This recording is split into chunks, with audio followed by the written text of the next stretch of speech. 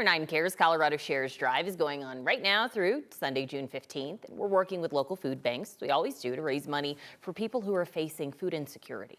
And we're joined now by 9 News mental health expert, Dr. Sheryl Ziegler, about this issue, a very important issue, and a lot of Coloradans are facing it. So how big of an issue is food insecurity, and how many children are affected right here in Colorado?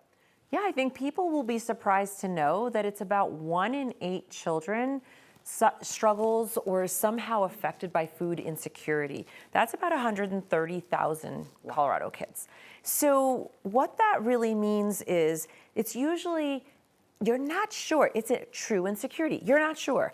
Maybe there's going to be food tonight, maybe there's not. Maybe there's going to be breakfast tomorrow, maybe there's not. So it doesn't necessarily mean that every single day looks like, oh, we don't know where food's coming from. It's an insecurity. It comes and it goes, and it depends on so many factors. And it actually is a huge mental health toll on kids and families.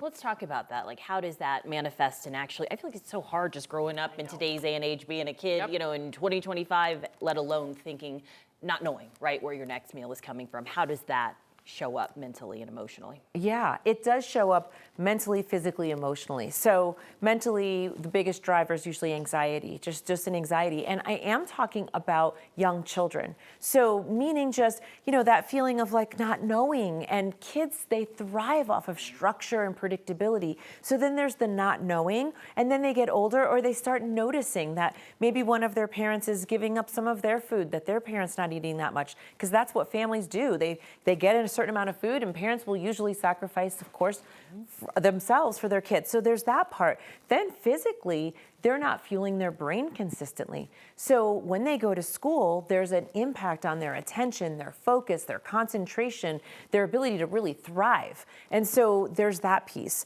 And then emotionally, they might not want to have kids over. They may want to, you know, kind of keep this a secret. They feel this sense of shame.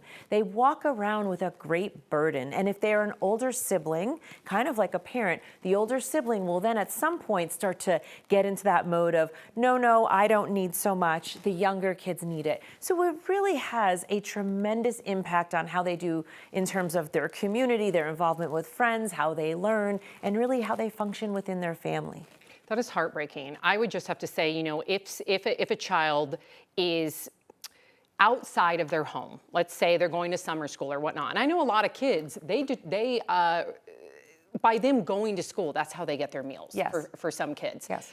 Are there any red flags, whether a caretaker can be aware of, a teacher, a coach, a parent? Yeah, absolutely. I think those are kind of like our frontline people, the teachers, especially throughout the school year and going into summer, all of the people you named. And so, yes, the red flags are, well, you're looking for the child's mood, right? How does their mood seem? How does their energy seem?